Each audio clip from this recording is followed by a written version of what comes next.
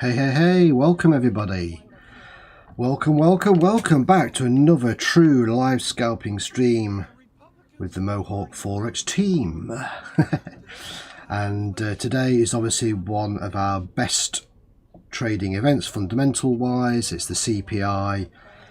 Everyone's been waiting for this all week basically, and this is the big one, probably bigger than NFP. Because I think there's going to be a surprise, and that's just my personal view. We're going to look at US 30, which you can see on the chart here. We're going to look at NAS 100, and we're going to look at our cable, which we're already getting set up already. So as you can see, we're using our AXE trading system that you get once you join our VIP group.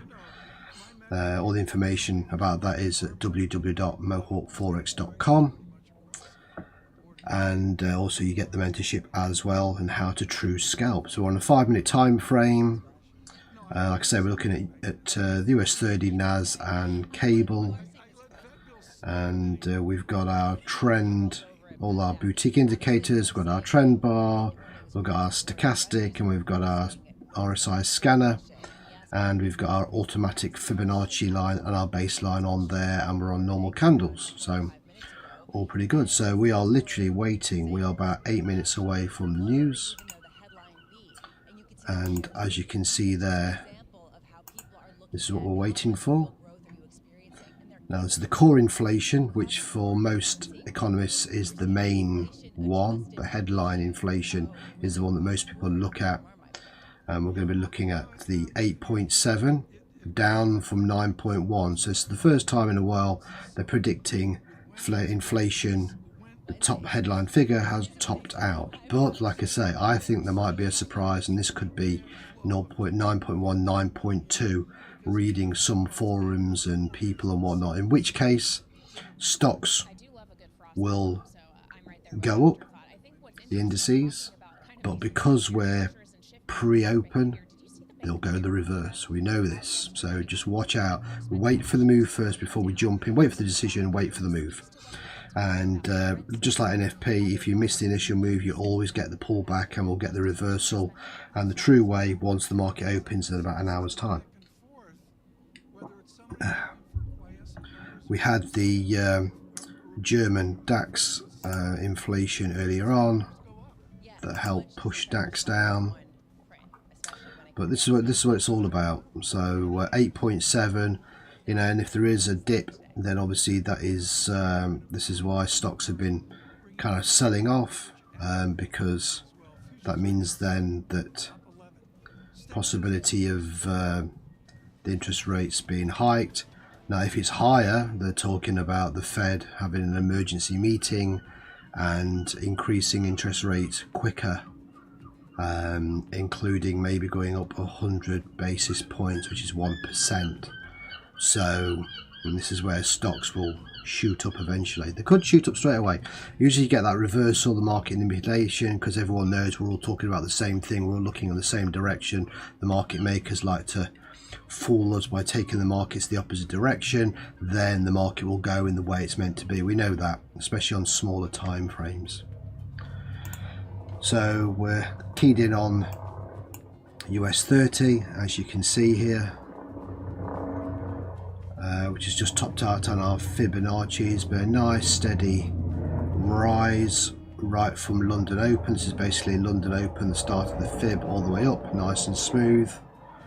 And NAS pretty much done the same pattern, and the pound as well. So I expect the dollar, you know, this to pull back down to this 129 level, depending again, as I say, on the result. No one really knows the result. I'm just reading between the lines, listening, watching a lot of different websites and forums, and some different Fed bank websites or what they're saying. So, and like I say, we know that these prints have been wrong on quite a few occasions, such as the NFP on Friday, where we've got some big moves and we've got some big scalps and big pips.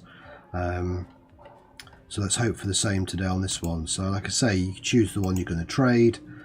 I'm probably going to go in on US 30 because I've already traded NAS this morning and cable, so I fancy a change onto US 30 because the setups are about the same. I mean, so our trend bar is looking bullish at the moment.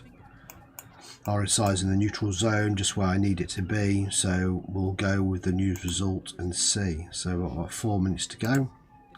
Let's log into Bloomberg as we're on with them as well.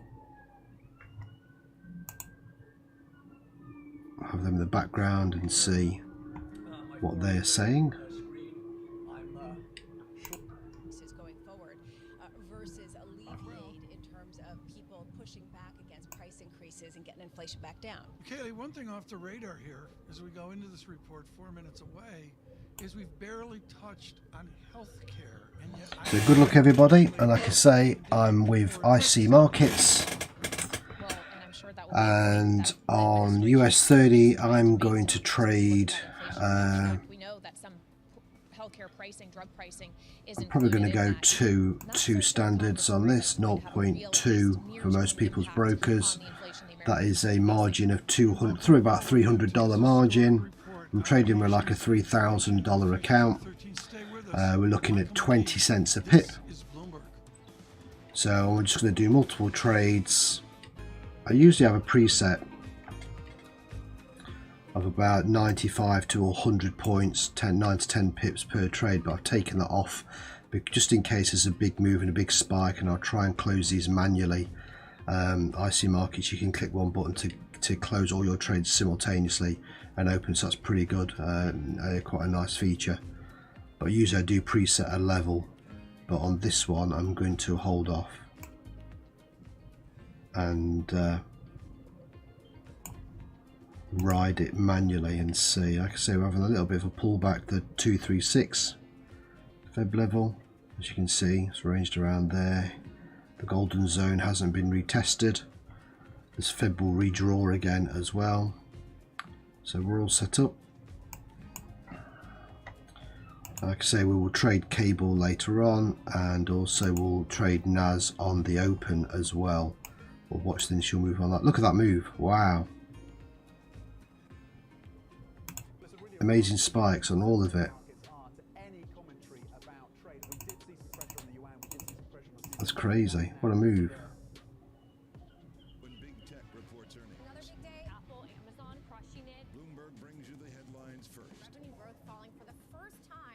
Look at that.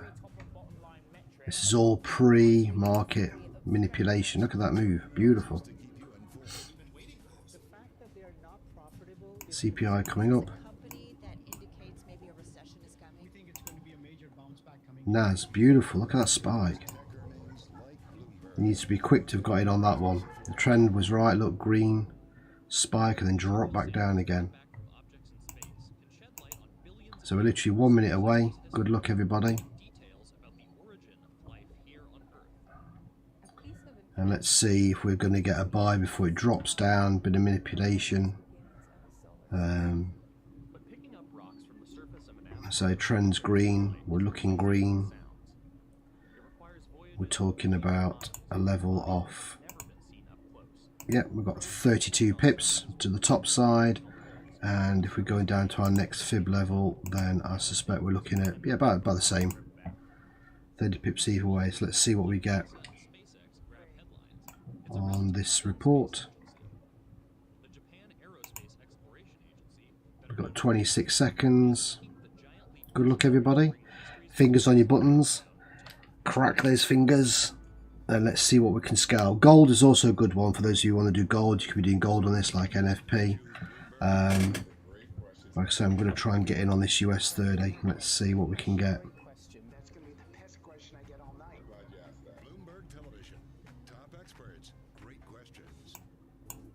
Here we go. Oh wow, and we've done it. $1,000. We've done it. $1,000. 30 seconds. Thank you.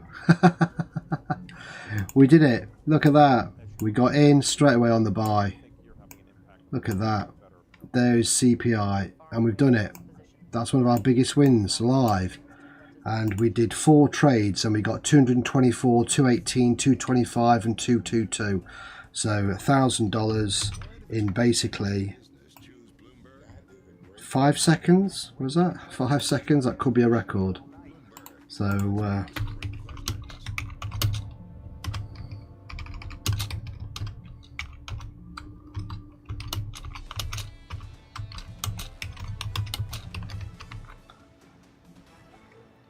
that is a result. And there you go, look at that.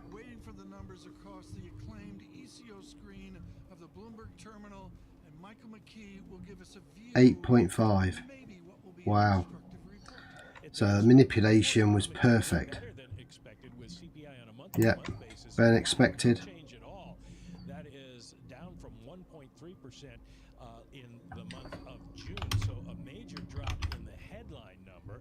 The core goes up by 0.3%. The forecast was for 0.5, and in June it was 0.7. So that's an unexpectedly better than forecast report. On a year-over-year basis. So with this, even though it's in red and it's saying, you know, worse than expected, it's actually better than expected because it's lower, and hence why we take the buy. 5.9%. Now the expectation was it would go higher. 5.9 was. Am I glad I closed those manually? Look at that. Expectation was it would go higher to 6.1% because pressures were. Now, if I'd set my usual 100 pips, that would have been $30. Instead, it shot straight up. And at the White House and at the Fed, smiled a little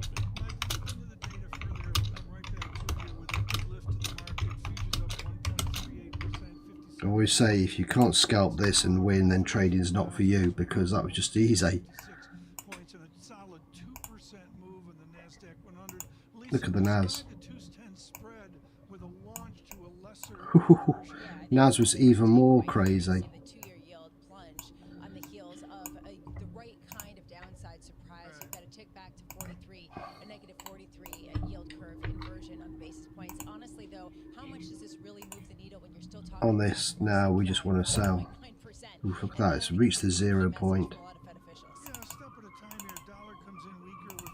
Let's see if we can get some positions in before the broker closes us out.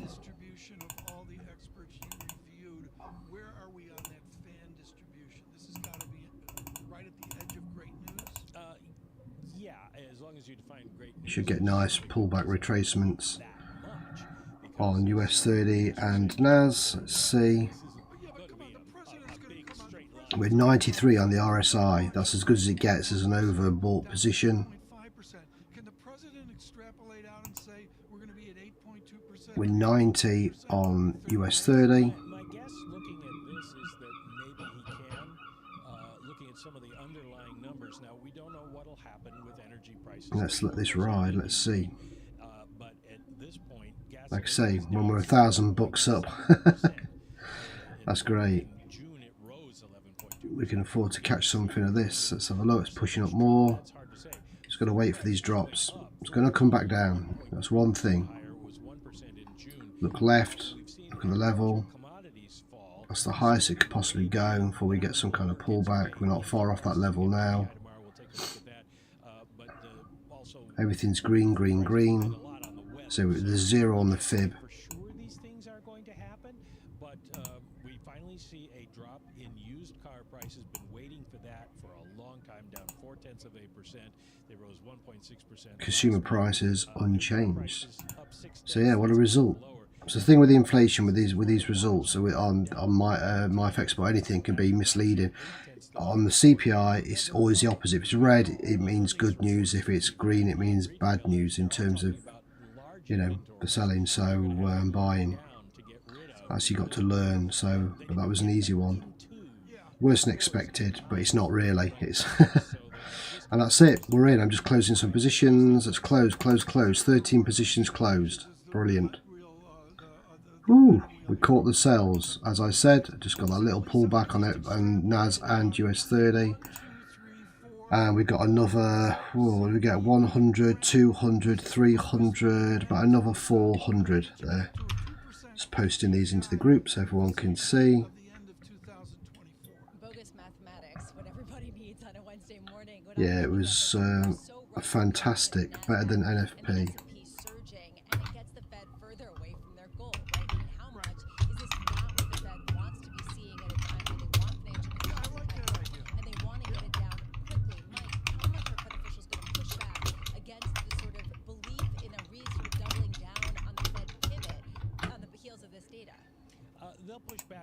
because this is one report, and as we said, there are several more before the next time they have to make a decision. And you look at some of the other categories in this, it's still got some worrisome news. We're looking at rent of shelter up 0.5% after 0.6 last month, and rent of primary residence up 0.7. The owner's equivalent rent, which is the measure that they look at to see what house prices are doing, up 0.6 after 0.7 last month. So Yeah, the stall sales to come. So like I say, if you miss this move, miss that spike up, don't worry. Look at it, it's going to pull back. We know it's going to pull back, and we know we're going to come back to this 0.382 level on. People dive into the pages and pages of data that we see in this inflation report for America. To summarize again, a constructive inflation report. Brian Deese with Lisa Abramowitz in the 9 o'clock hour on radio and television with a White House view on that good news. Futures up 67, and the NASDAQ And it'll get a boost again. 4%. Here's the worst news for you, Tom. You probably already knew this. Distilled spirits at home up 0.7 Yes. in the last month after 1/10 in June. So a big rise there. I heard about that from Michael Pond before you brought it up. Head of global inflation-linked research at Barclays. Pond always diving into the inflation. What a win, that's amazing. You and I go back to when nobody wanted to talk to you because inflation was boring. Inflation is now less than boring. When do we get back to boring inflation? Well, first of all, Tom, this was a good report. We could stop there, but we're not going to. You know, this is a necessary print for the Fed, but it's not sufficient. We need to see a lot more. You can think about this print as sort of like the weather. You know, it's better today than it has been over the past few days, but it's still summer. There's still a lot of humidity out there. It's not great. So, you know, it's in the right direction, but we're certainly not there yet. What will be the bond response to this, Michael? So it's dropping down again. The analysis across full faith Great, and we just credit, closed some more positions. government bond theme. And that was another 20, 30, about another 100 there. Say just getting in and out now, not doing anything stupid, but it was another 6, 7 positions selling on US on NAS, as you can see, just following that. Even on consensus reading going into it, that increased the chance of 75. So for now, we feel pretty comfortable about our 50 basis point call. That's less than what was priced in. So it's not surprising that we're seeing a bit of a rally here with a bit of a steepening in the curve. Michael, how about that bogus mathematics that Tom Keene was doing, trying to extrapolate out the pace of declines? Can we do that? Is there any linear extrapolation that you're looking at to determine how quickly we go back to a rate that's much more palatable to both consumers as well as officials? Sure. So as Mike was saying, the details matter. And one of the key details of today's report was that the shelter component, which makes up 40% of core, is still rising at a strong rate. Importantly, Yeah, went straight up. And like I say, I got in straight away, and I didn't set a preset, just went to one of my people, and that was it. So that's why I got the 200 on each one. It would have been, still would have been a great win, still would have been 100, but you know, that's taken us to basically we're $1,700 up for the day. So I can't moan about that at all. That's brilliant. And like I say, if it wasn't live, you'd be shutting your laptop and walking away. That's it. Remember, that's from a $3,000 account. So we're 50% of our whole account in basically 9 minutes. Who says you can't scalp? Yeah, so yeah, it can be dangerous, but you've got to know what you're doing. But this is what we try and teach. We have the tools to teach it, and we just hope the news results go our way when we're doing it. Really good report, and what that did is raise expectations of more Fed hikes, which isn't good for risk on assets. So we have a report today that leads to a little bit more less hawkish Fed. I won't say dovish, and therefore it's good for risk assets today. Michael McKee with us as well. Michael Pond of Barclays with us. If you're just joining us on radio and television, his terrific inflation report, a joy for the White House, no question about that. And markets celebrate up 68 S&P points, 1.7%. NASDAQ up 2.3%, even up more a bit ago. Michael McKee has had a few minutes here to dive further into the report. You were making a joke about spirits at home. That's the degree of granularity you can go to. What's another granular item that that sticks out. Well, one thing I was interested in was what happened with medical care, because we've just had And we this talked new about this, legislation yeah. that would be passed. Prescription drugs were up 0.3% after a 1/10 gain. That's a fairly high move for prescription drugs, so that's something that could be affected if Look at the cable as well. administration is able to Woohoo! get I something think we in can place, safely to say negotiate for Medicare. And if the companies don't raise the price on people who don't get Medicare, the dollar non-prescription dropped, drugs up pound went 1.3%. up. So if you're taking Tylenol, That's always the because way you see. you had too much Stocks of the go distilled up, spirit the style, dollar goes you're down. paying more for that. The And that was a win of basically 100 pips on prices, cable. as we've seen for some time for televisions, video equipment, etc. So some of the inflation dynamics that we are used to are coming into play here. If you're just joining us on radio and on television to the Bloomberg world, Michael McKee is with us, and Michael Beautiful. Pond as well of Barclays and of course Bloomberg. After an historic inflation report, calendar item, Brian Deese in conversation with our Lisa Abramowitz here within the hour. We've seen markets, of course, surge and continue to surge. S&P 500 a 1.7% move, and critically, the VIX comes in a whole stick. We've walked away from 22 to a more constructive market of 20.69. Kaylee? Well, Tom, I'm looking at break-even rates as well, not just nominal yields. On the 2-year, we're down 11 basis points on the day, 2.78%. So, Michael Pond, does that seem correct to you that 2 years out from now, we're realistically going to have inflation that much closer to the Fed's target? We think so. The market is priced for a decent amount of disinflation, and our forecasts actually have even more disinflation, so lower inflation than what the market is priced in. Market's priced for almost 3% inflation, not just next year, but 2 years from now. The 1-year rate implied by break-evens is almost at 3%. So the market's not believing that the Fed has yet done enough to bring inflation down anytime soon. Now, if we look further out, say 5-year implied by the market, that is priced more consistent with the Fed's target of 2%. So the market thinks that over time the Fed will get it right, but it'll take several years, not just a couple quarters. Michael Pond, stay with us, please, with Barclays, and Michael McKee with us. Now joining us, we're only doing Michael's today on the inflation show. Kaylee demanded that. Michael Gapin joins us now, head of U.S. economics at Bank of America Global Research, and this is an incredibly important add-on to our coverage in that B of A has a really cautious call on the equity markets and on the bond space as well. Michael, you have my best chart I've seen in 3 days, which is the duration of painful inflation for Americas. Does it really sustain out into next year and even into 2024? I mean, we think it does, in the sense that it'll take a few years for inflation to get back down to the Fed's target and restoring price stability. We think there'll be stickiness primarily in the area of some of these services prices that, yes, airlines gave us a bit of a relief today, but there will likely be... Gold was exactly the same as well. Obviously, the very good news in this report is what we saw with used cars. We've all been waiting for some of these durables. You could have taken gold, that would be the next shoe. and of course, with gold, it goes the way of the economic calendar. Gold always goes the opposite. So obviously, the dollar was down, gold goes up. The economic news was worse than expected. In the scheme of things, gold goes up, so that would have been an easy buy for anybody trading gold as well. Not in this one particular report. No, we see some. And here, right? So you could have got basically 150 pips on gold. Helps out the U.S. and in this case, the decline in energy prices. You're just going to pick the one, basically. That's it, and just learn how that moves for that particular news event.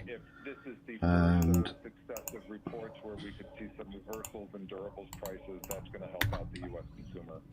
Well, obviously, Michael, the Fed's goal is to get demand down. They also would like to see financial conditions getting more restrictive. And yet what we see with a more than 2% rally on the NASDAQ 100 futures right now is financial conditions actually getting easier. Is a good news report on the inflation front still a bad news report for the Federal Reserve if that is the outcome?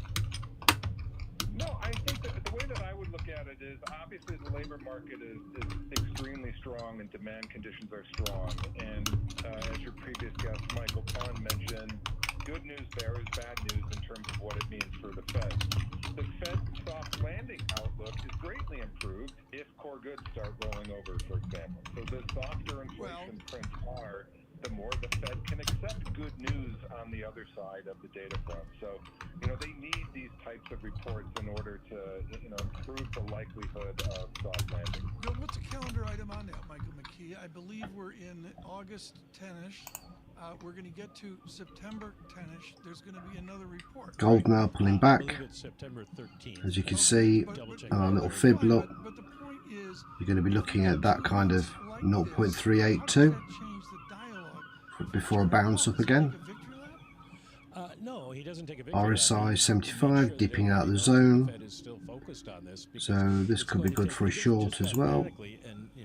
If you short now, that's 400. You want to set your stop loss just like that above that high. We'll leave that one as a setup. They've said they're going to get to neutral or above neutral and stay there even as inflation declines. So they're going to have to get down to 3%. US 30 still pushing higher. Like I say, we've got green on our trend bar. RSI is 91. We're green on our RSI, everything. So we will go again on a pullback. Let's bring Michael Pond back into the conversation as well. Goes figures, look at that. To digest this report, yet the moves are sticking in the bond market. Can they stick past today? Well, what we think was clear in this report, and it's been our view, that the inflation outlook is now much more balanced than it had been. A few months ago, everything was pointing in the same direction of risk to inflation being to the upside.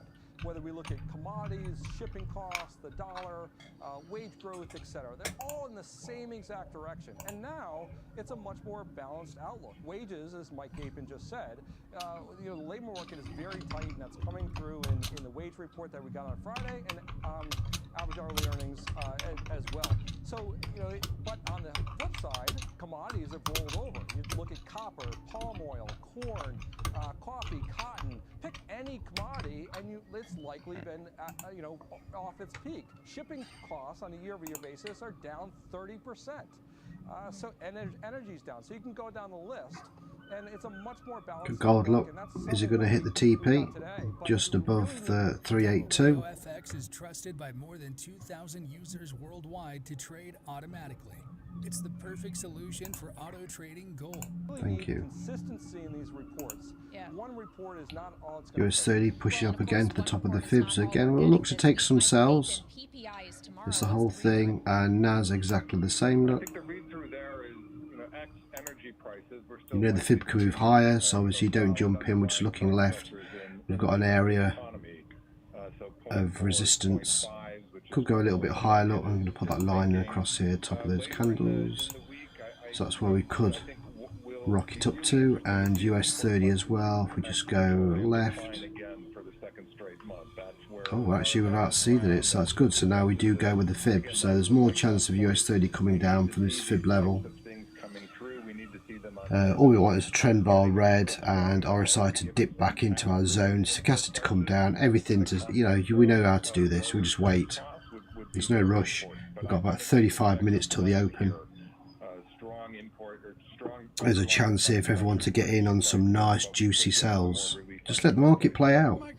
This way you don't get FOMO, because like I say, what goes up must come down. It doesn't mean it's going to come all the way back down to this level.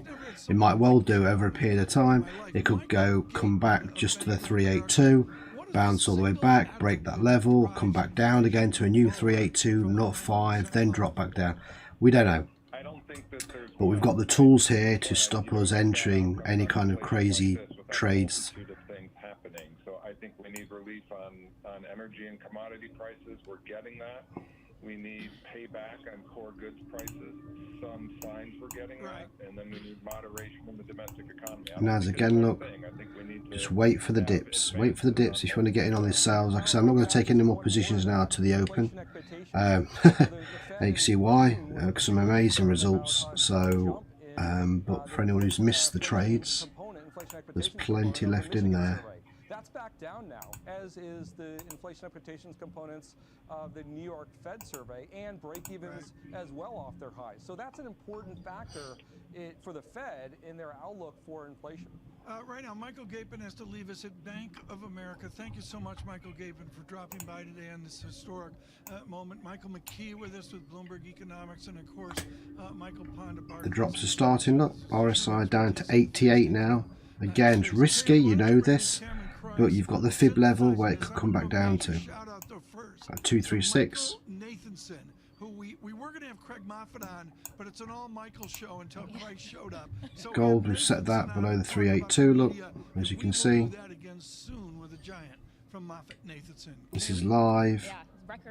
Some of you should be in on sales on gold now. Should have been from that reverse hammer.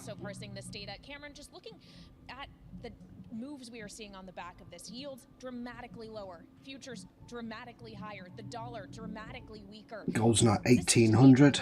Or is this one that's going to stick off the back of this print? And we've got a little signal indicator just pop up there. This is what you get, part of the axe. These little diamonds, when they're bright, that is a sell signal. So let's see if this hits TP. So I suspect we'll continue to price 50 for September. And yeah, for me, I'd just take 100 and I'd be gone. But for you guys who want to hold and play down to fib levels, you just got to set it just above it as well. As for for equities, that kind of remains sort of subject to the ebb and flow not only of inflation and monetary policy, but also clearly the sensitivity to growth numbers as well. So if we see henceforth that some of the growth figures are looking quite poor, then one might posit that equities could in turn look a little more volatile. So if you miss the buys, just wait for the sells, wait for that retracement. Later on today, when we get reaction to these numbers from Federal Reserve officials, Michael McKee, we're just about 2 hours away from Charlie Evans. You can extend the lines on the fib as well, look. Just click extend left or right, extend to the right. Well, they come from different places a little bit. Charlie Evans a little more dovish than Neil Kashkari, but I think they're both going to deliver the same bottom line message that this is good news, but we are going to wait until we get much closer just take them out. The decision to make a decision about what we're going to do in September, because as Cameron was saying, things can go back and forth. Greg Peters was talking earlier about how volatility is the name of the game, and that's what we're going to be seeing with all of these numbers for the next month. Nobody there we really go. Knows where we're going with We've hit TP. That was 400 points, 40 pips. So well done to everyone if you've taken that sell. Let's see if it breaks the 382 or we get a bit of retracement. Inflation's still high. They will have been seen as making a big mistake. If they do too much and inflation comes in too low and the economy is a little bit softer, they'll call that a win. So that should have been a nice win for everybody there. Nice little free signal live. If you were trading gold, still looking good. Still got our signal here. Look, our dot, as you can see, our green, our red diamond. Stochastic is now crossed into the zone and red. RSI is creeping down, so it shows you how effective using the fib is, and the fib's automatic. It gets drawn for you, and we know that's the biggest mistake people make, is drawing fibs in the wrong location. When do you know that a bear market rally is the beginning of a bull market? In hindsight, is the only real answer. The only real answer there. I mean, I think it's easy to forget. I mean, if we go back and look at historical analogs, in 2000, the peak of the dot-com bubble, the market peaked in March, but almost reached a new high in September if you look at the S&P 500. US 30, just, again, it's ranging a little bit, as you'd expect, because we're half an hour away from the open. We've got the 30-minute little blip that's going to come up in the moment. NAS, so we'll go in on NAS on the open anyway. This is the level I said it could top out at. It hasn't really broke that. It's now ranging, so this is good. This is a good indication of a potential drop. And again, look what we've got. We've got a nice little cute sell signal here. So again, we don't jump in on these, but it gives us a heads up there's a potential for a sell. And we just need to set RSI and stochastic just come down before we do. And you've got your level set there. And we're looking at potentially 500 points, about 50 pips or so on NAS. That will do. Don't need to be greedy, don't need to look at come down to 382. We'll see what happens on the open. US 30 getting the same position but hasn't really done anything. We've got no signals on that. And gold, there you go, look at that, perfect. Gold hit our TP and now it's coming down to the golden zone. So well done everybody if you took the sell on gold. Let's not forget, we've still got another payroll number and another CPI figure before they render their decision in September, so everything can still change. Cameron Price, thank you so much for joining us this morning, head of macro policy here at Macro Research, I should say, here at Bloomberg. Dropping in briefly, Kathy Jones joins us, Chief Fixed Income Strategist. So nice. Kathy, good news. Do I buy 40 to 50 pips. Well, I think this is, as all your previous speakers have been saying, it's a first step. It's certainly not conclusive that we've got, peak inflation behind us. But yes, all along we have thought that as long as the Fed is determined to get. So it shows you how accurate our signals are. These are nice, these dots.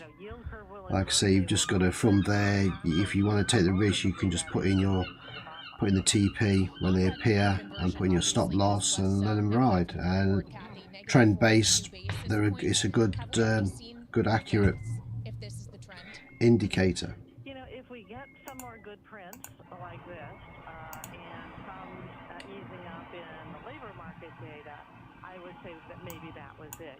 So I hope some of you caught this move. Looks really nice. It's probably is going to come down and tag our baseline, which happens to be exactly on the pivot on the 500, entering the golden zone, which is perfect. That's why I like our baseline, because it's a really good not only trend but also showing you support and resistance. You can see here, look, this is going to be a good support zone at 5, and you don't want to be selling unless you see price break below into the next, into 618. Then there we could get a retracement back up again by the open. We'll see. It's good to watch. But I hope some of you got that trade. As you can see, there's still potential for a sell because the RSI is not green, not red, it's still green, not even in the neutral zone. So this is just a real nice little pullback bonus trade. It could mark a turning point. We just need to see more confirmation of that, where we start to see the numbers ebb a bit consistently, and then the Fed can say, this was the turning point. But Kathy, a turning point in the pace of rate hikes, or a turning point in terms of the ultimate destination? The pace more than the destination. Now, the destination's been up for grabs anyway. I think there's been a wide disagreement among economists, among the Fed members, and in the market as to where the ultimate destination is. And we still don't know, but the pace could ease up a bit, which would be good news. Kathy Jones, thank you so much. Greatly appreciated. Too short notice here, and we'll have much more with her in the coming days. She is at Charles Schwab as well. Kaylee, Neil Dutta published this moments ago. We are thrilled that he could join us yesterday from Renaissance Macro. And he gets to the story of now. Wage growth is running red. Will we get another boost again in 30 minutes time? Productivity. This will ultimately fuel higher prices. There in a single sentence, Kaylee, is the fold-in of this efficiency of our economy, our productivity. There you go. And prices broke that 500 on the fib. Good to watch.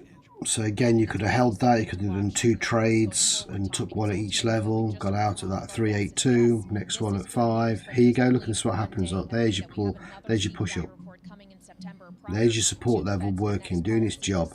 So is this the beginnings of the makings of a trend, or is this just a standout report? Obviously, yeah, Tom. Yeah, I'm going to be more optimistic. Our highest is going to push up, we don't know, because we're RSI's in the neutral zone. CPI report. There is a sequence here, but as Neil Dutta says, what about the nation's productivity? Please stay with us. Brian Deese in the next hour. US 30 ranging, not really doing anything. NAS exactly the same, but we have got the sell signal. And Stochastic said NAS looks like it's going to be the one to sell quickest. And if you're going to go for a sell, you want to be setting your level. You want to be taking about 300 points, 30 pips. Going for 30. And if it breaks the 236, we'll go down to 382.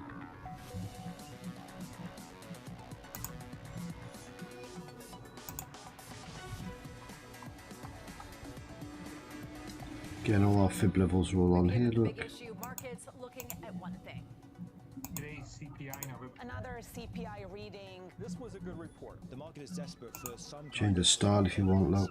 that the inflation surge is lessening. This is a necessary print for the Fed, but it's not sufficient. We need to see a lot more. We've reached peak inflation. What does that really tell us? We're going to see inflation decline, but to what level? Does it mean it's really going to fall down to that 2% target that the Fed is looking for? This idea of peak inflation, that's just a math problem to us. I'm not sure it's investable. Okay, what I'll do is I'll set up a trade on this just to see, because I'm going to go and make a coffee before the open.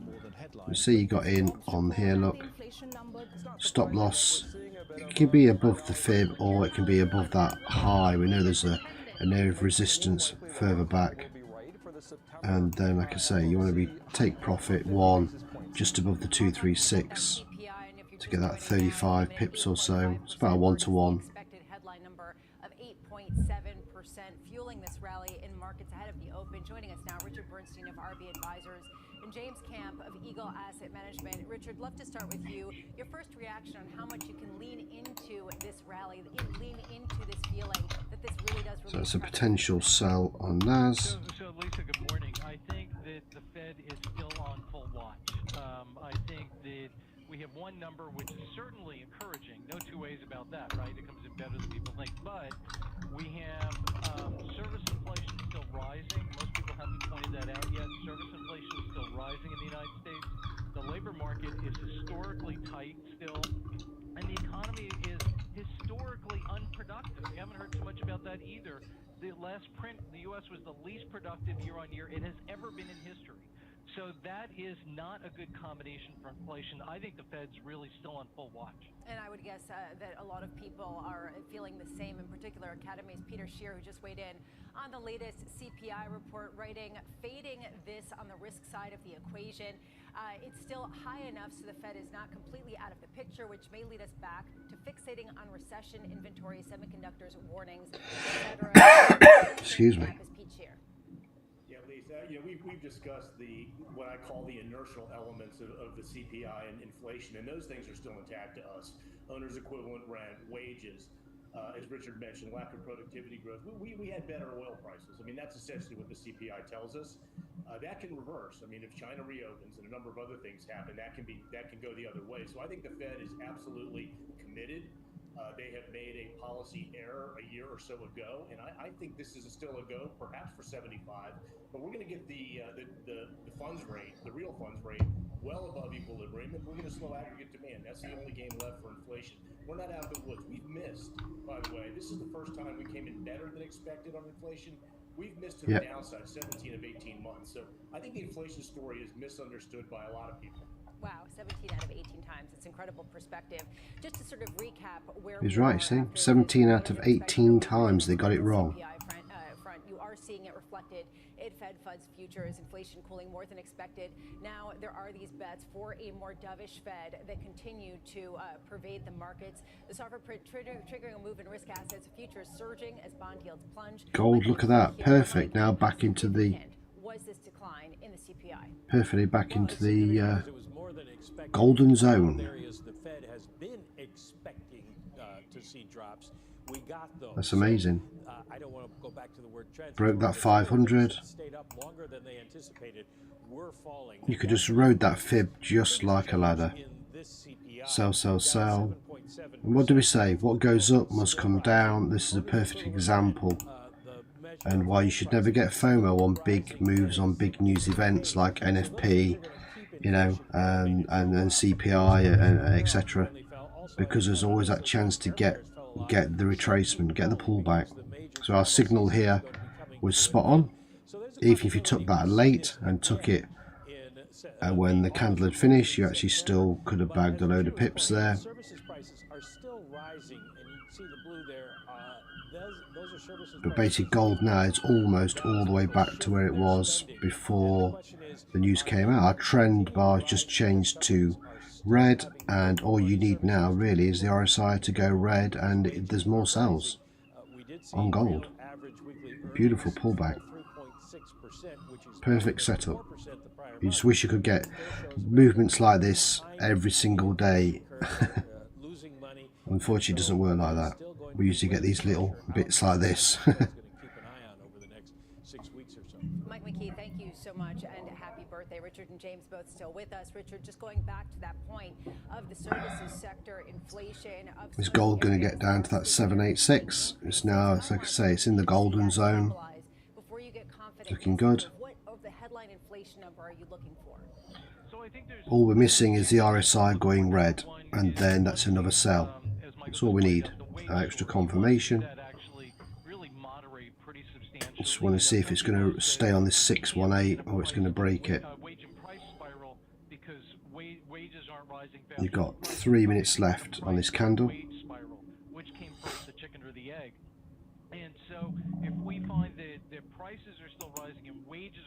Again, US 30 still not dropping yet, still ranging. Could get a move higher on the open. Again, no signal, no nothing, so just hold your guns, your trigger fingers on US 30. NAS, we've set a potential trade up. Got my cloud, MA cloud on. I'm just going to take that MA cloud off just so I can see a bit clearer.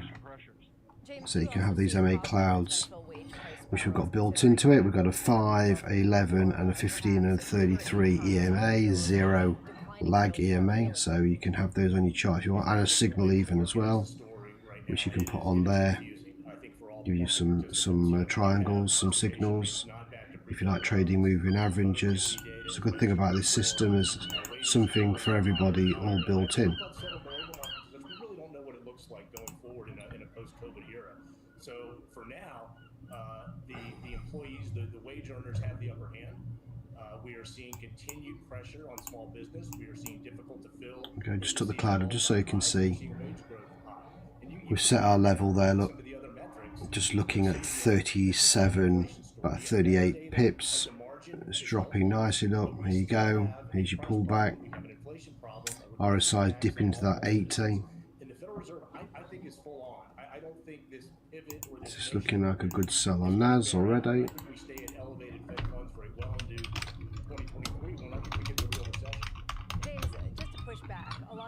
Say you're so gloomy, everyone on Wall Street is so gloomy, and yet you're seeing earnings that are hanging in there and actually expanding. You're seeing a jobs market that, yeah, it is going gangbusters, and that's a good thing. You're seeing an economy that's resilient. Why can you not be optimistic? A couple things on that, and it's a fair point. Earnings were better, but what you see in earnings is you see price. You don't see units, and that's a big difference. You're not seeing a higher volume of goods going through. You're seeing the price level being accepted by markets, and that can exist for a time, as long as the consumer balance sheet is healthy, which is turning at the margin worse. We're seeing savings rates drop. We're seeing credit expansion, credit balances increase. We're seeing charge-offs increase. So the point that I would make is if labor rolls over, which it may, if we have this demand destruction, we continue to see claims pick up, the consumer's not going to be quite as good shape as I think markets believe. Richard, what's your view? So I think, Lisa, there's a couple of things. You mentioned earnings there. I think there's only two certainties that I would argue we have as we go through the remainder of this year. There you go, an RSI is going to dip down to that red. Look at this. It's going to smash all the way back down to where it started.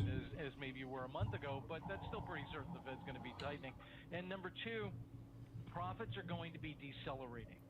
I think that's the big story. Earnings growth in the S&P is still about 25% on a trailing four-quarter gap basis. It's below our baseline. Low on the fib now. Is it going to bounce off the 786? Is it going to bounce from here? And so just watch the RSI. Stochastic is still angled down, so say our signal was spot on there, and you can just put level of profits on each of the fib levels. That's the best way if you want to hold your trade. No, I don't think so. Look, Lisa, the We found the area of support you see up here. If you look at the real Fed funds rate, which throughout my entire 40-year Like I say, if you're waiting for the sell, you needed that RSI as your extra confirmation. So that being in the neutral grey zone would stop you taking the sell, so you wouldn't be any kind of drawdown right now. If you miss, one particular thing, you just wait for the next, and you want everything to sync up, and you haven't got that. No man's land for negative real Fed funds rate. I find it very hard to argue that the Fed is actually an inflation. Let's have a look at cable. We're getting ready for our cable trade. And again, same, just ranging around. Again, same thing. We're still green trend bar. We're still green RSI with no red dot signals. And we're top of the Fibonacci. So we want to come down, but we've got basically nearly an hour. Here's the line where we will enter the trade. 30 minutes after the open, we'll enter a trade based on our price action. So until then, again, we can just post this and everyone can get ready. Richard Bernstein, James Camp, both of you are sticking with us. Right now we want to take a look at some of the stocks on the move, and they are very much on the move with the NASDAQ strong, more than 2% rally. Abigail Doolittle here with more. Abby. Hey, Lisa. Well, yes, we do have stocks very much on the move. On that good news is good news CPI report. This, of course, means that yields have come in. That's helping out big tech, launching the markets higher. We have the likes of Apple up 1.5%. Banks rallying. The trade here is going well. We're in profit there already. Probably nearly 100. Tesla has the technology component, and yeah, we're nearly 10 pips up already. Has sold $6.9 billion worth of Tesla. Everything's getting ready now for the open. We're about 15 minutes away. This is probably the most interesting one in a way, Lisa. Coinbase up 1.6% in the pre-market, down sharply. This, of course, after they disappointed with their user forecasts and revenues. But Bitcoin is now higher on this better than expected CPI report. That seems to be helping Coinbase at this point. So this morning, truly risk on. Abby, thank you so much. Risk on. Bye, bye, bye. Administration with some relief ahead of midterms. This is the fastest decline in gas prices in over a decade. Nearly $1 drop in just 56 days. That conversation is still ahead as we see the rally continue. So as you can see, it found that level of support just between in the 6.8 and 7.86, pushing back up. But again, you wouldn't have taken the sell. I was wanting to take a sell, to be honest with you, but obviously I wanted to wait for RSI to go red. It didn't. So, and again, like with anything, you expect after 1, 2, 3, 4, 5, 6 candles, you're going to get a green in there if it doesn't do one big move like the CPI news did here. So this is no surprise. It could push up at the 5, and then at the 0.5 we could be selling again. But again, to confirm that, we want RSI to be red and our trend still be to red. If not, we're going back up. So price has come nearly all the way back down to where it was before. The CPI was 1790 and we got back to 1793, $3 off, so pretty good. And struggling with debts over £6,000.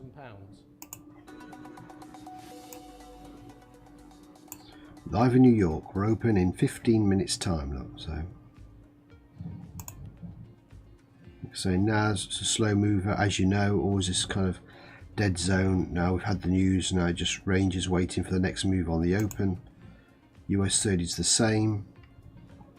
We've still not got a, oh we have, now we've got a signal, there we go. There was the signal, sorry missed that, there was the red dot. So again, I'm just going to put a little short in on there, let's see. And if you took it again, like I said, at the bottom of that, your stop loss is going to be just above that zone there, and your TP initially is going to be just on the 236. That's enough. Look, 50 pips is enough, so it's a tight trade, but that's what you should be on the setup on that. again, you might come down to 382, might not. It could bounce and go straight up. So don't be greedy. Just go for the next level and just above. And 50 pips on the Dow is perfect. But our signal there was spot on to get us into the trade. You can set alerts up for all these as well. There's all alerts built into all these indicators. It'll change society. We have no clue how colonizing in the space, how really spreading out in space will really change our society over the next 50 to 200 years. It'll be completely different. Gold pushing back. It's got back to that 500. It's going to push down.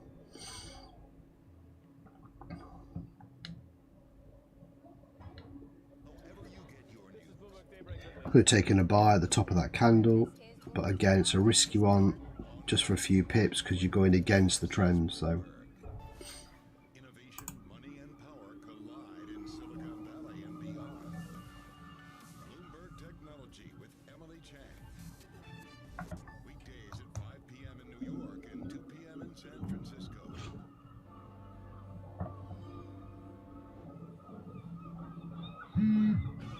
Season continues. Earnings are cranking away. The problems are still with us. yeah, US 30 still ranging around. NAS the same. Gold's the only one that's moving back.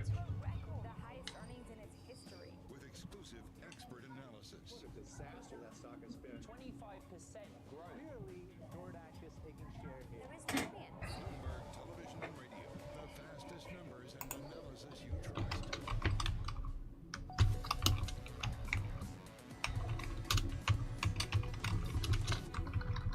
This is the fastest decline in gas prices in over a decade. Nearly a dollar drop in just 56 days. U.S. oil production is up and on track to reach a record high. More work remains. Right, we're back in a minute. Just going to go and get my coffee topped up. We're back before the opening in 5-10 minutes. To increase output. Gas prices in America falling daily since their peak in June. 56 straight declines. Gasoline prices falling 7.7% in the latest CPI report for July. That is the most going back to 2020, April of that year. EIA is lowering its production forecast for the year, expecting a decline in gasoline demand. Breaking this all down for us, Bloomberg's Emily Wilkins down in D.C. and Julian Lee in London to really understand the dynamics here. Emily, how much can this administration claim credit to this versus the demand destruction that the EIA is reflecting as a result of just simply high prices curing high prices? Look, the Biden administration is going to count this one as a win. They're going to message it as a win. But in reality, they still know that inflation is incredibly high for many Americans, that this doesn't suddenly mean that people are going to go to the grocery store and be like, oh, thank goodness, the prices are back down again. It's still going to be an issue they're going to have to deal with throughout basically the next several months and into the November election. So I think you're going to see the White House continue to highlight the bright spots in the economy, the jobs report, the lowering of gas prices, this month's CPI data. But they really know that overall, they are still going to have to continue to message on what they want to do. And at least now they can say from a messaging standpoint that they do have these larger legislative package, like the bill with semiconductors, as well as the climate and tax bill that the House is set to pass on Friday. They can say, look, we are trying to do stuff to bring down costs. Here's the legislation that we've moved. And in that way, they can really try to explain that they are trying to do something, that they are taking action. They're not just sitting in Washington unable to move anything. And Julian, how much can they claim this victory as we look into a season where prices could still go up pretty significantly? How much are people talking about a reversal in the declines versus a stickiness of this deceleration in price? I think you've got two factors here that are very much working off against each other. One of them is the economy, forecasts of a slowdown, and the demand destruction that we are sort of starting to see, at least in some of the data. The other side is obviously the supply side. We've got EU sanctions on Russian oil exports that come into effect in December. So that could, if it doesn't take oil off the market, it's certainly going to make it necessary to transport it longer distances from Russia to markets in Asia. So that's going to add supply pressure. We've got OPEC Plus, who agreed an output increase for September of just 100,000 barrels a day. You can't really measure that kind of an increase in many countries. And I think that signals, firstly, that they are very worried about the amount of spare capacity that they have. And as that spare capacity shrinks, that puts more nervousness around production. And that would tend to push prices higher. And I think we're going to continue to see some quite volatile movements in crude oil prices, particularly over the next month or so when trading is relatively thin over the summer. So, a few traders moving one direction or the other can have a big impact on prices. Julian Lee, Emily Wilkins, thank you both so much. And don't miss our interview with National Economic Council Director Brian Deese coming up here in just about 10 minutes. We are seeing oil fluctuate, WTI down about 0.3% after surging and then being down more than 1%. Richard Bernstein and James Camp back with us. Oil very much front and center when it comes to this story. As I said before, gasoline prices fell 7.7% in July after rising 11.2% the month earlier. Very hard to get your arms around. James, how are you positioning given some of the oil fluctuations and what you're expecting in terms of the sustainability of the declines we've seen?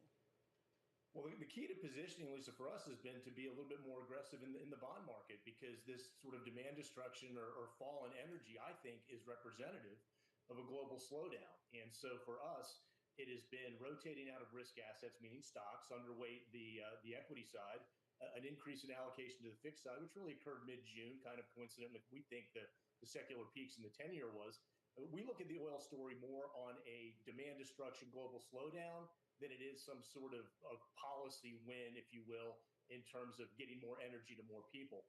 And the other part of the energy story for us, the food and energy story, really is consumers have been dealing with this for a long time. And when you go into a Fed tightening cycle with those two things elevated, energy and food stuff, you almost always, if the data that I'm looking at are correct, you fall into recession. And we think that's the story that's going to be dominating as we move into the back half of the year in early 2023.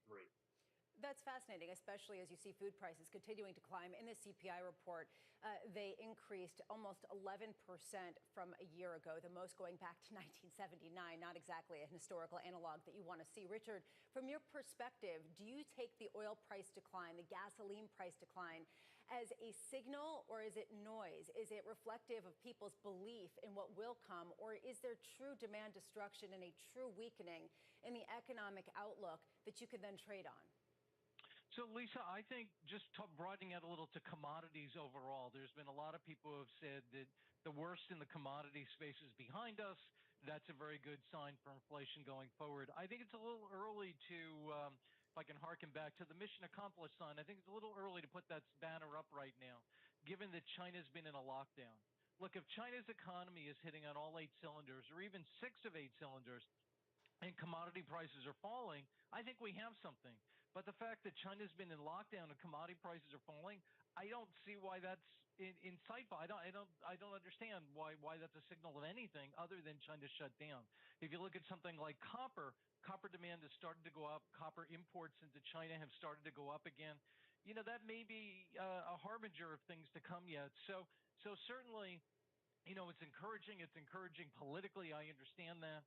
But I think from an investing point of view, you want to be a little careful. So what we've been doing is kind of straddling, if you will, one foot in the late cycle sectors of energy and materials and industrials, and the other foot in the defensives, things like consumer staples and healthcare and utilities. I think what's very interesting is that most discussions focus on should you be in cyclicals or should you be in growth? Nobody talks about defensives, but in periods when profits decelerate, the Fed's tightening, that's the group that very often does quite well. Richard Bernstein, James Camp, to both of you, thank you so much on this day of a CPI reprint that is very much changing market expectations right now. I'm very much looking at the dollar in particular, plunging, weakening, I should say, the most going back at one point to November 2020 as people assess how much the Fed could potentially back off from their rate hikes. Coming up, the morning calls, and later the White House continuing its fight against inflation. We'll speak with the National Economic Council Director Brian Deese at the opening bell, plus a conversation with G Squared's Victoria Green. Right now, we are continuing to see that rally. 7 minutes to the opening bell. This is Bloomberg. So traders have gravitated to using patterns for decades. Okay, we're back. Just grabbed a quick coffee. Oh, keep us going for the last half an hour of this stream. As we get ready for the open, we're about 5 minutes away. And where we need to be, look, there's the US 30. It's going to shoot higher on the open. Now we're going to get this sell that we put in there. NAS exactly the same, ranging around. Gold, perfect, look, hit that 382 and bounce back down again. So it's a perfect example of how the fib works. Hit those key levels, there's your retracement, here's your pullback. Again, you want to wait for the RSI to be red before getting on a sell, because you're only going to scalp. It's got potential just to go these little, just down to 618, so it's not, I mean, it's still 10 pips, so it's not to be sniffed at. That's my average kind of winning trade is about 10 pips. That's what I can't play for. So that's still a good move, but if you want to be extra bang on it, then wait for the confirmation. And you can wait for it to see if it breaks that 618 level.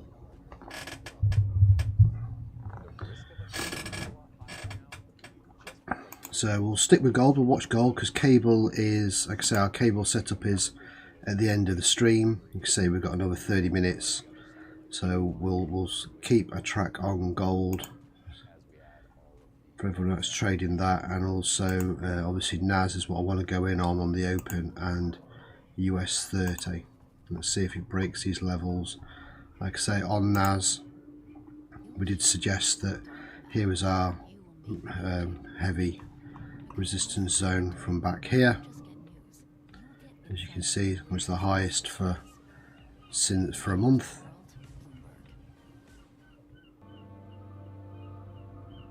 Sorry, for a month, for 5 days. We had 5 days, so this is the highest it's got, that 13384 level. So there's a chance of it knocking up to that level on the open before pulling back down, but we shall see. People moving away from some of the Fed rate hiking expectations, with two-year yields of 3.12%, down 14 basis points, and you can see that 10-year yield. Remember, there's no more major news today. You've got wholesale inventories, and then we've got the one of our favourites, the crude oil, the IA, which I'll trade on my own. Again, I love trading oil, and again you can trade that with a small account. That's why I like it. Then you've got a monthly budget statement by the Fed tonight, and tomorrow just our usual continuing jobless claims and PPI. So that should be good as well. Inflation slowing down in America, still the very high rate, 8.5% year-over-year CPI. We'll get the view from the White House with National Economic Council Director Brian Deese. From New York, this is Bloomberg. Right, we'll turn this down while they go for an ad break, because we'll be back trading the open.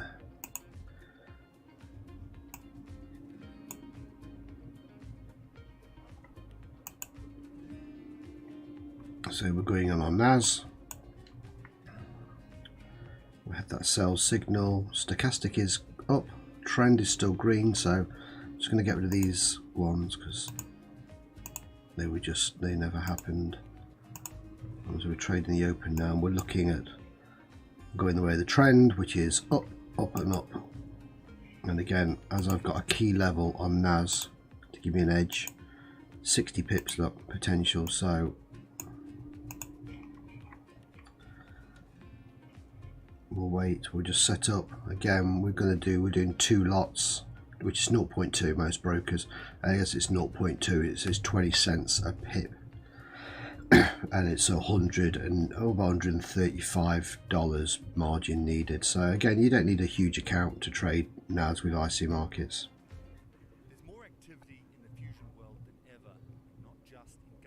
And we've got 6 seconds, 5-4. Let's see what we get. Let's see if we get any moves. There we go, let's watch it. Let's see where it's going to go. It's going to push up to that 0 level. Or do we wait for the drop?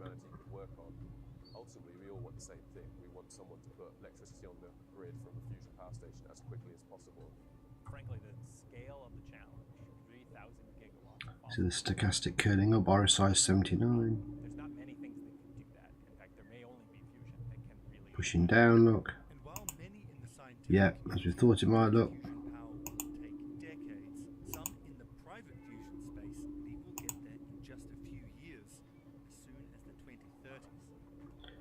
236 is where we set for sells. 236 for both.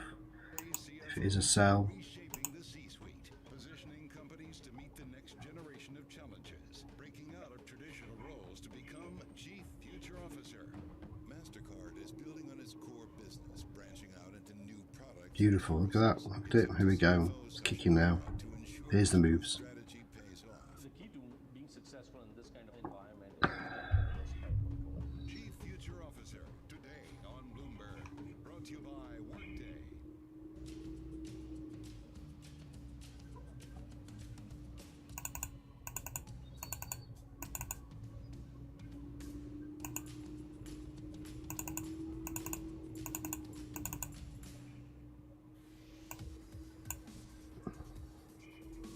Cool, let's let this range around for a bit, let's see.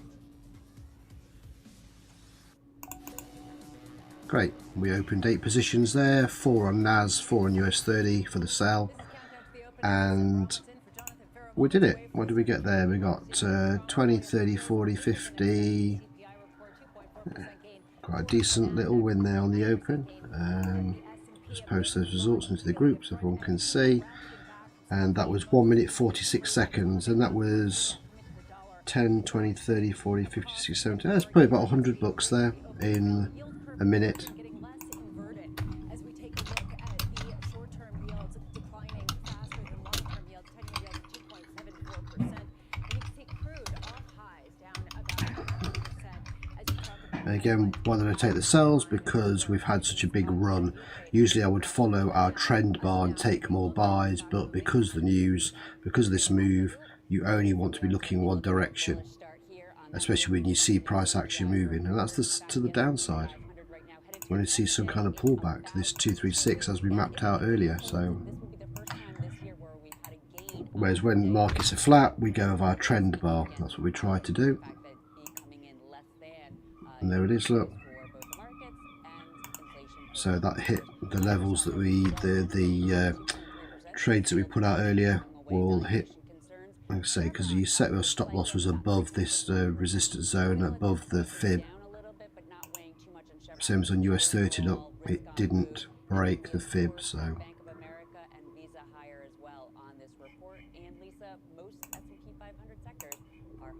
Thank you so much, Abigail. But definitely been a fascinating moment as we take a look at the rally. And let's take a look a little bit deeper as we see the NASDAQ leading the way. And this typically is the most sensitive area to interest rates. The more the interest rates come off, go down, typically big tech rallies. And you're certainly seeing that. I'm still going to get some pullback.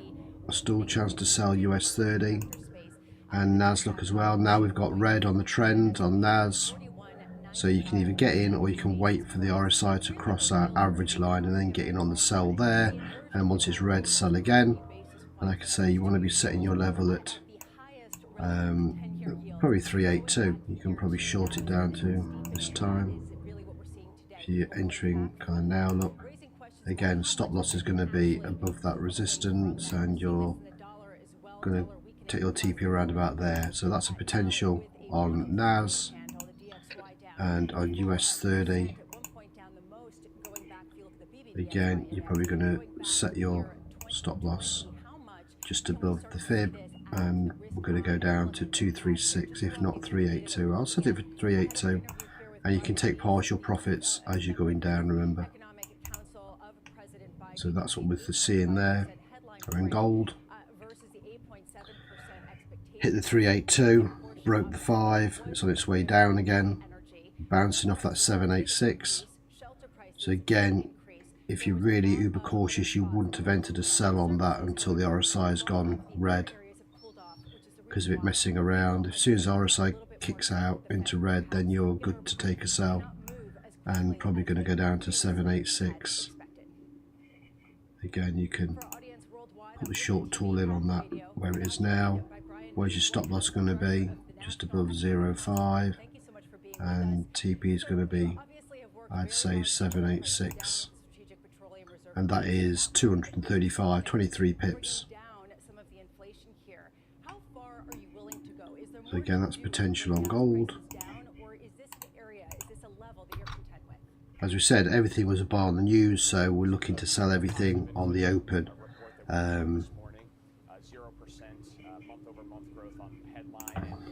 So watch all three.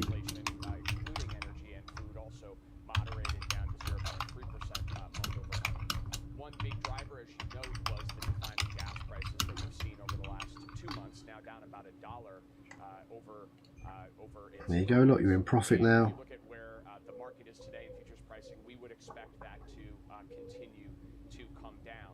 Energy markets, as you say, has been a key focus for us and will continue to be, and we would expect where the market is today to continue to see that moderation. But I think importantly, you saw in the July print moderation in other areas as well. Crude oil as well, look at that. Even oil's moving before the news comes out, dropping. Told you, it's one of the biggest news events, especially now at the moment. It's probably, like I say, bigger than NFP. Every month this is probably going to be one of our main, if not the main, news fundamental to trade.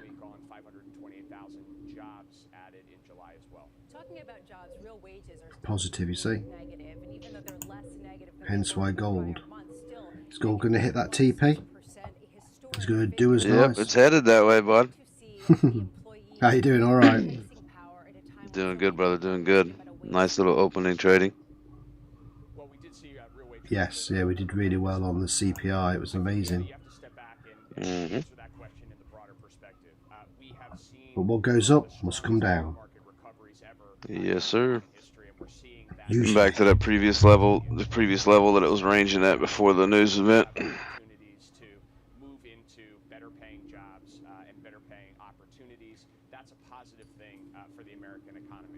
You can see RSI has now gone red.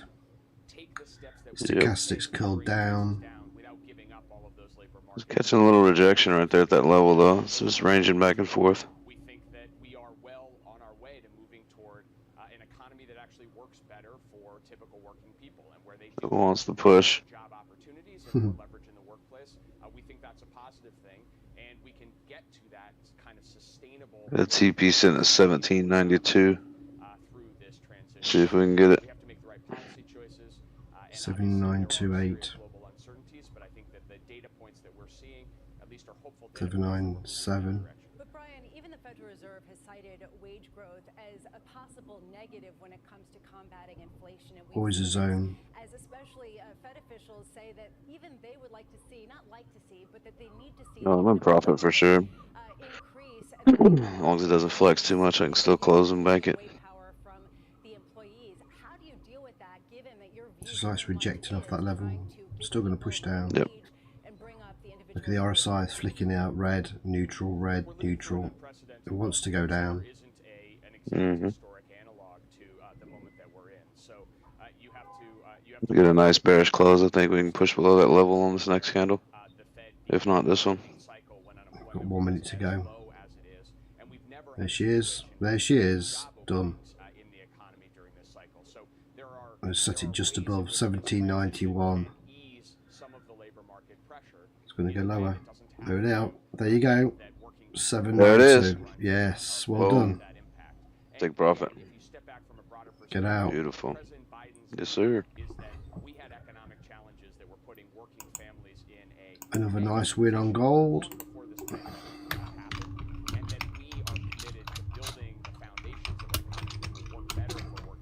I should push further, but I got mine. So that's why you see on the legislative front, even as we're working to provide some immediate cost relief for families, we're trying to do things like reform the way that prescription drugs are negotiated here in the United States. We haven't done that for decades. If we do that over time, that's well, we went on US 30, NAS 100, and gold, and all the sales.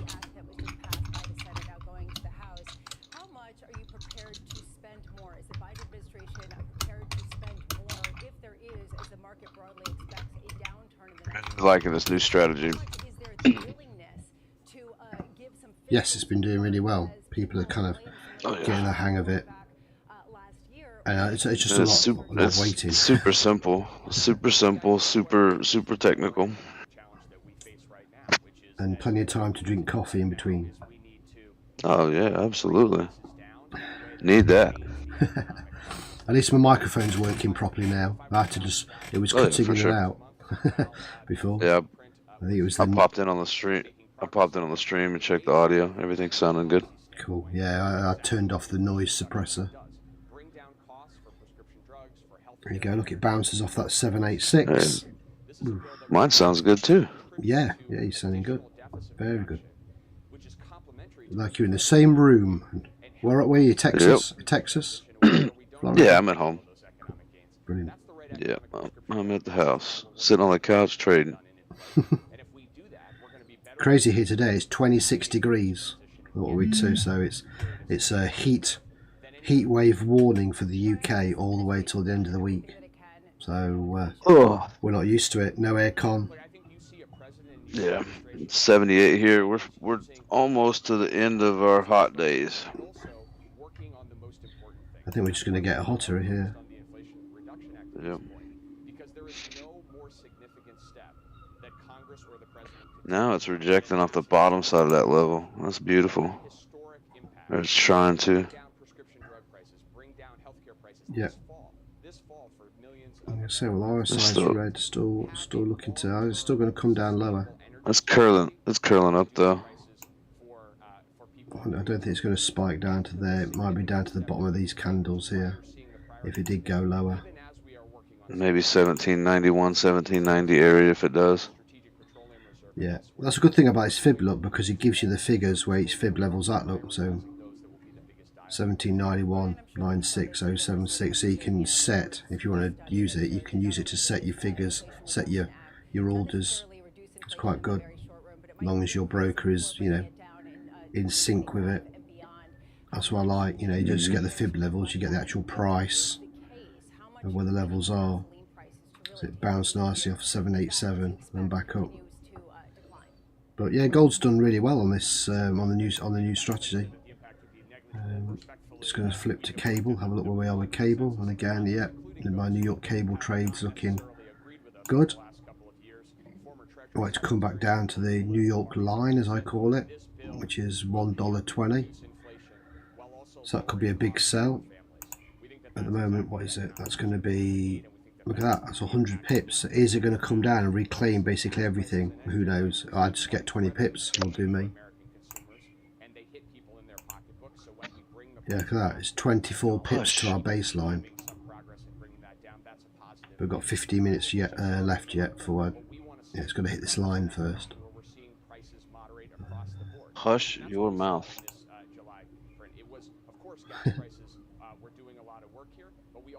Somebody's being lippy this morning. It's beautiful. It's sat right on that, looking rejected right on the line, just showing you how accurate. That's what we like to see. Then we know it's been drawn correctly. NAS,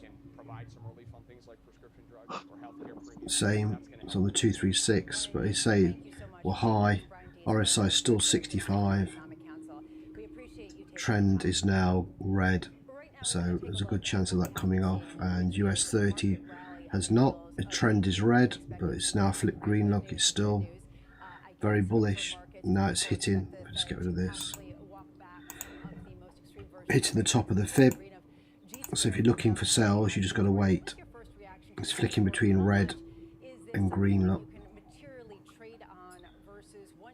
Again, you really want, you know, the kind of riskier trades I take is when the RSI is in the neutral zone. So that's where I would take my first sell, really. Unless I get another red signal dot, I would really wait for RSI to be the neutral, then go red. And as long as the trend bar, then you've got a high chance. But when RSI is here and you try to take sells, it's very risky. Because obviously with all this news, it just wants to keep pushing the stock market up at the moment. Look, there you go. That's why we did well to get in and out. Just a little sell on the open. It was enough.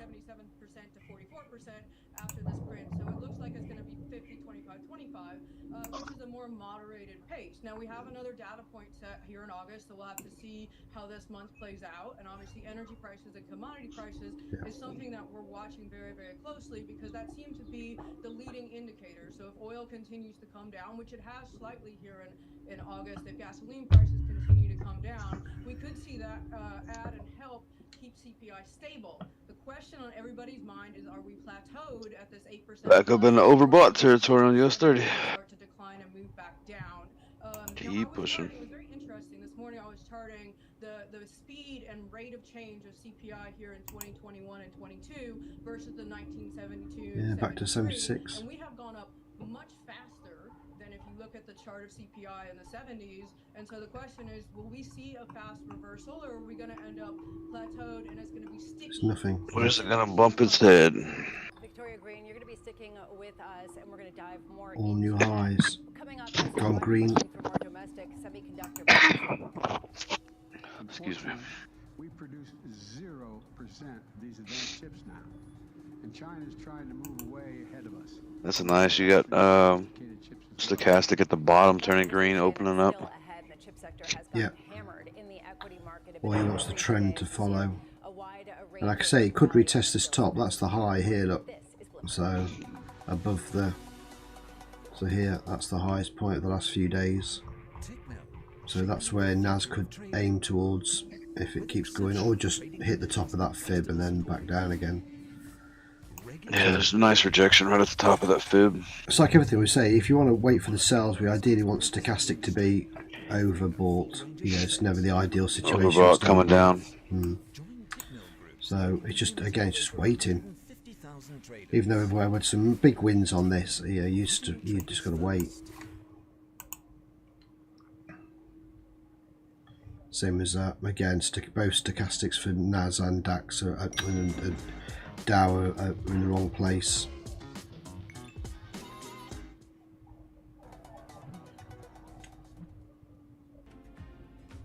Pushing down, rejecting them. Reverse hammer. Please reverse hammer.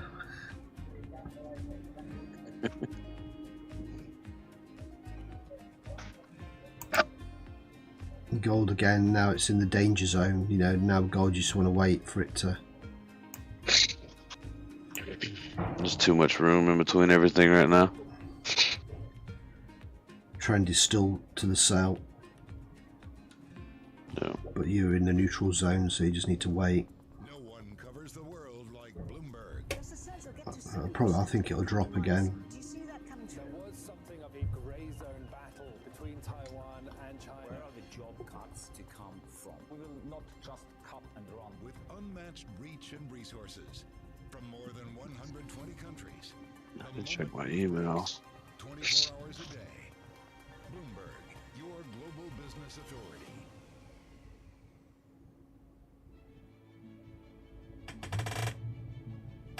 AI is the chance of humankind to really understand itself. How much of that is true? How confident? Did you actually overachieve? Did you back then realize that we would be using AI in many different jobs?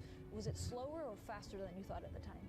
I think if I had a 35 or 40 year prediction task, I would have been more or less on track as to where we are today. But I would have predicted steady linear increase over time. But instead, the field had very minimal improvements until the last 5 or 10 years. Then it really took off. I think we ended up in the right place, but I was very wrong about the trajectory. To this date, we still know Still at the 5. how the brain works, but these machines are getting ever more powerful. And I feel in some sense So we're going to go another 10 minutes just to get the direction of the cable trade, and then we'll end our stream today. We've been going 90 minutes. We've been successful. We're 50% of my main account. Well, my main account's 50%. So way more than usual. 5 to 10% is all I try and aim for. So, and that's thanks to the CPI. And thanks to gotta love news events. Yeah, sometimes you just, so, as we always say, Justin, it's time you just close your laptop, walk away, and reset for another day. Oh yeah. Because tomorrow. Get ready for tomorrow. Yeah, and tomorrow you could lose 50%. That's excitement. Yeah, it's very possible. No, we try and be on the winning side of that.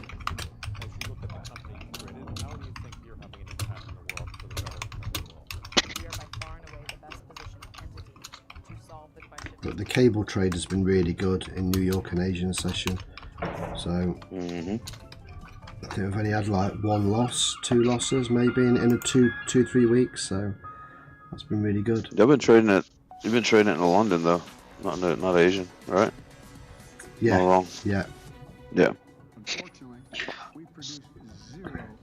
It's like this one really. It should be called I call it New York because it's traded in New York, but actually the setup is from the London candle. That's how I work it out. Out here, look. So the low to the high. Like I say, it was a bit skewed today because of that news. So, and again, I want stochastic to be top pointing down before I take a sell. I literally got like 5-10 minutes before you should enter the trade, but I want to wait. The trend's right. RSI is not. So.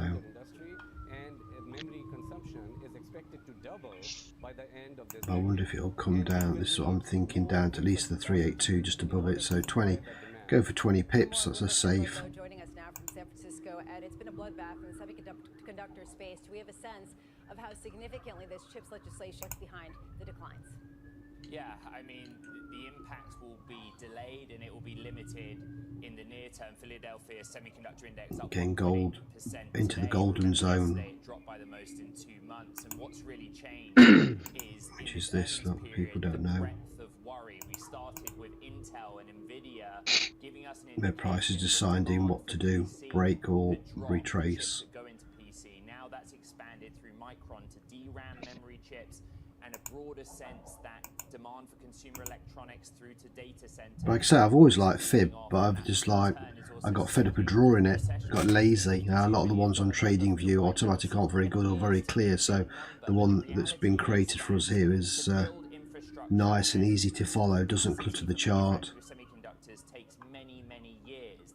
It's easier to follow than the pivots, which I like the daily pivots, which are kind of rigid, rigid set, but the only thing you've got to watch out with Fib is obviously the top and the bottom doesn't have to be the top and the bottom. You know what I mean? It's the middle section we're more worried about, because obviously these can extend either way and then the Fib will redraw itself. So only if you get a rejection candle like this hammer here, then is a price action move that this is a valid resistance, and you're going to get this is why we sold. If this had been a candle like this, then obviously we wouldn't have taken a sell because it would have probably pushed the zero further. But again, you've always got to use the price action to decide, and that's the perfect reversal candle after seeing a nice big bull move and then hitting that. So that's what's unusual. You don't always get it because obviously you get this. So and then literally bang, straight up. How much do you double down on this conviction despite the rally, despite some of the reprieve in inflation that we just saw in the CPI? That's everybody who's a trader looking at the same levels as us and basically knowing that when it gets to 786, I'm going to buy. So, thousands all at the same time. Whereas this, like I say, because it's not rigid, it's not set in stone that it's going to be a level. Yeah, it can move, whereas the 786, that's the 786 of that particular move. So like I say, you probably had a load of people here with pending orders, buys, that would probably just take a buy to the 618 if everyone's got the same chart, and that's why you suddenly get this bang, a big block order of buys coming in, because everyone was looking for that. I was just waiting for the candle to go green and they would have set orders.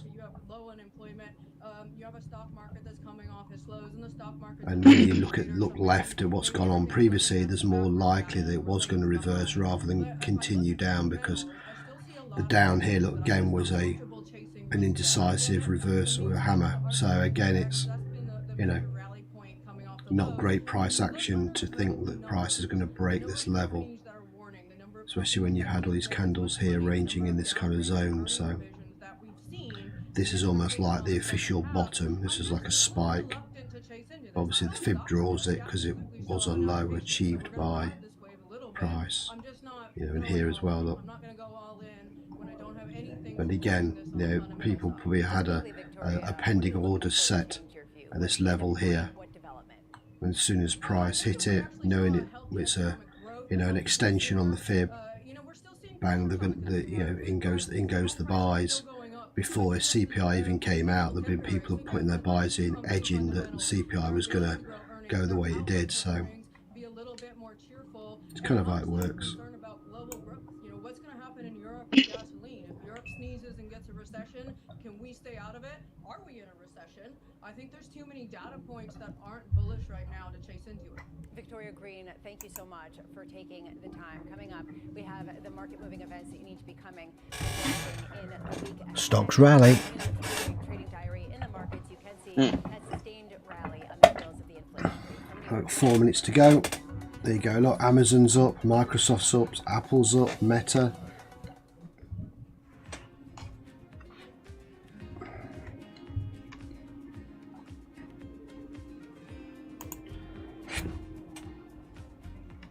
Gold now is kind of danger zone really, unless you're really micro scalping. So like I say, it's doing what it does, but it just shows you that how good the fib is, just to tell you don't trade me, you know, just wait for a bigger move. You know, if you break below here you could sell, if you break above here we'll take a buy, you know, as long as these line up with it, otherwise you leave it alone and look for something else. And as they look, eventually see, look, so it hit the 236 sell, so it was good even before we got confirmation on the RSI, so that signal was good. You know, there was the open, top of that candle, and bang, hit the 236, and again same kind of thing, has gone back up, and now will it break and come down lower? I think it will. I think we're looking at 382. And it looks like that zero line on the fib was also respected on the US 30. Again, loads of people putting in orders, look, and seeing dropping. So that could be a 236. Again, you just got to wait. But we're more interested in cable. Let's have a look. So just got to wait for this candle to finish. 1 minute 50, and then, like I say, my thoughts will be to short it. Could just move from there. I would go down to our, just above our baselines there, looking 382s there, so I'd just go about there. Look, that's just above 40 pips. Look, there's your potential, and look left, stop loss is fine at that level on the fib. As we get longer in the session, the Nasdaq up 2.1%, S&P 4191 up off of the 70 basis point increase, 1.7%. Yields are lower, particularly on the front end, 3.115%. Here's time for the trading diary you need to be watching this week. President Biden speaking at the top of the hour. So that's my New York cable setup. We got US PPI and another round of initial jobless claims on Thursday, and finally rounding up the week with the University of Michigan Sentiment Survey on Friday. This was Countdown to the Open. This is Michigan survey on Friday. I'm going to miss that, unfortunately, as I've got family coming to stay with me. I'm entertaining family. Hence why I'm doing a stream today, and I might do one tomorrow. So I should be available. I don't think I'm flying out until Sunday or Monday. All right, okay, good. Some days resting. Yeah, unfortunately. Chilling with the beers. Mm-hmm.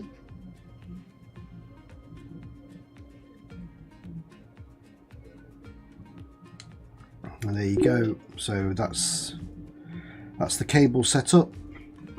good luck on that one for everybody.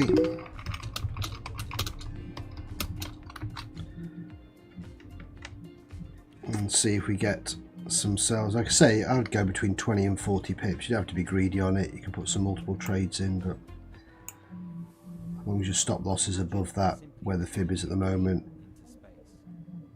The concept is known as the space elevator. And gold, Not only could it significantly change how we yeah, rejecting nicely. but it could also completely transform humanity's relationship with space. We'll watch that in a bit as well. And like I say, we've got the oil news coming up later on, so We have the technology, we have the lasers, we have the clangers, we have all of it. If a private entity let's just have a quick look at oil before we end today's stream. it'll change society. We have no clue how Oh yeah, look at that, oil is really dipped. how really spreading on this space will really change our society over the next 50 to Under $90 a I barrel. know. Yep, we're definitely appreciating that dip at the pump, I promise you. Yes, I bet. Yeah, that's what they say, oil's going to come down a little bit more, so it'll be interesting to see what, you know, if this is better than expected. Any kind of buy is going to be just a small amount. That's why, again, I only go 10 pips on oil, just a small move, you know. I mean, that's 100. I mean, look, just, you know, that's 10 pips. That's all I look for. Again, because you can put quite decent lot sizes in for a small account. You don't need to be crazy and risk a lot. If it's a sell, the sell will probably run a bit better. As you can see, that we had a signal for a sell here. Look, if I just smooth the, you just see when it's brighter, that was a sell signal on oil. And as you can see, that was a successful trade. And again, they don't always appear or have to wait for the candle to finish, so it's wrong to say it finished there and it went up against you, because these can appear and stick halfway through. So, you know, but even if you did, you still, you know, if I took that short at the bottom of the candle, so when it finished, I mean, your stop loss is going to be above here anyway, above that, and your TP would have been probably to the baseline or something. So there was 330 pips there up on the sell, and that was perfect. So the resulting chaos caused. So I do like this signal indicator, which is built into the built into our system. You can just select it. Oh, wrong ones. Sorry, on here, just to show it does exist. There you go. So you've got signal, we've got power move signals, reverse, trend bar, there's lots of different things. This is a good thing about Axe. Find what works for you. At the moment this is working nicely, and that's going against the trend. So again, I would have been just a quick, again, let's go 10 pips. So I'll watch oil for the news anyway.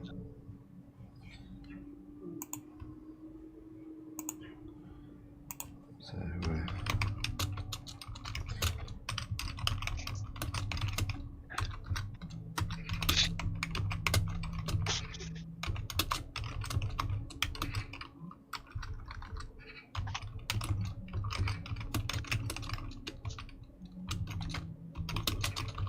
well done to all the true scalpers. Yes, sir. And go to the website www.mohawkforex.com or click on the links below if you're interested in joining the group and having us teach you and have access to this system. We'll be back for another live stream, and well done today on the CPI print. That's a really good, it makes me laugh how so many traders avoid it. These kind of news events, they're just, if you want volatility and quick moves and quick profits, nothing's going to do it more than these kinds of news events. You know, and the fact that they don't happen all the time is you've got to jump on them and be confident when they do occur and not avoid them. You know, the rest of the market, it'll just range. You know what I mean? It's so that's why I like trading them. It can be risky, of course, like anything, but the rewards are there if you've got an edge. The more that you learn to trade those events, the more that you can work it in with your technical analysis, and you know what to look for. Just fully rounds out your trading. Absolutely. absolutely. Perfect. Well, thanks, Justin, for joining me. Enjoy your absolutely, brother. Enjoy the rest of your day, and I'm gonna have a few beers, and we'll be back later on. We'll analyse the oil, and you know, I'll be back online for the group later on. So thanks for joining, everybody, and we'll catch you on the next live stream. Take care. Cheers, everybody.